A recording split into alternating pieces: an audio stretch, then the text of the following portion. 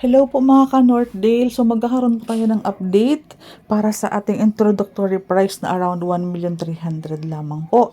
And 15,000 pa din po ang down payment payable ng 3 months sa ating introductory price remaining inventory. Hindi na po ganun kadami at kapag naubos po yung mga bloke na binuksan po na for lineup or for letter of intent ng mga willing na magpumila, sila po ay pasok pa din na magkaroon ng 15,000 na down payment. Pag mga ganito pong introductory price or mga bagong open na subdivision, meron po talaga itong mababang entry or mababang presyo sa bago sila mag-opening or paglabas ng kanilang mga details sa project, sa mga brokers, sa mga seller, inaasahan natin na mas mababa yan kumpara doon sa magiging regular price kapag full blast na talaga ang pagbebenta natin.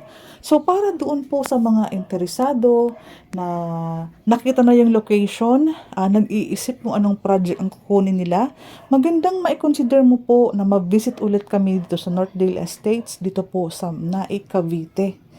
Dahil sa presyo niya around 1.3, prime location po, malapit sa highway kung saan may mga dumadaang bus, easy access sa mga major establishment dito sa Naik, Cavite. Cavite is booming now.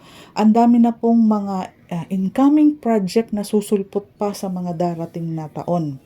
Kaya ito ang best time na mapili mo siya kung saan ka mag-i-invest. Kung okay pa sa iyo ang price ng around Gentry, 13, Dasma, Tansa, and around Imos, may mga project po tayo doon pero hindi po ganito ang presyo. So, paki-screenshot nyo po ito. Cindy Hapil po, Division Manager sa Dreamhouse Realty. Naka-base ako mag-focus sa mga project in Cavite kasi taga Naik, Cavite po ako mismo. Ang bahay namin is malapit lang dito sa Sitio Maname, Barangay San Roque, Naik, Cavite, kung saan po itatayo soon to rise ang Northdale Estates na napakababa po ng presyo kumpara ngayon sa mga merong existing project. So, pwede mo po siyang i-visit. Pwede niyo po kaming tawagan.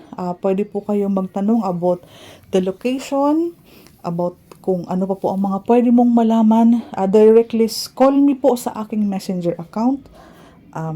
Isasend ko po sa iyo ang mga ibang details about sa project na ito.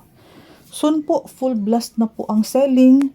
At ang pag ganito po is kadalasan po nagbabago na yung presyo, hindi na po siya around sa ganitong presyong i-offer ngayon. Sa initial documents, kailangan na po nating i-qualify ang payslip, kung pasok sa salary required na 23,000 basic salary, ano po ang edad, paki-screenshot din po ang ating initial documents for reservation.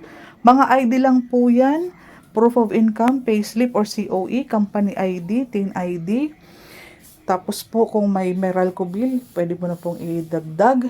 Yung birth certificate po para ma-check na natin kung ang walang naging problema sa full name mo, kung tama ba ang nasa birth certificate at nasa mga ID mo. Para sa mga ibang katanungan, directly PM me. Ang aking Facebook ay ilalagay ko sa baba sa description box para makareply ako agad sa inyo kung kayo po ay may mga katanungan about sa project na ito. Ito po ay inaasahang target turnover or loan takeout kay Pag-ibig. This year din po inaasahan na ang turnover at approval kay Pag-ibig ay ngayong taon po ang timeline, ang target natin. So, para po hindi tayo mag-antay ng sobrang tagal, ito po Northdale Estates po ng Naik, Cavite. Maganda po ang location nito.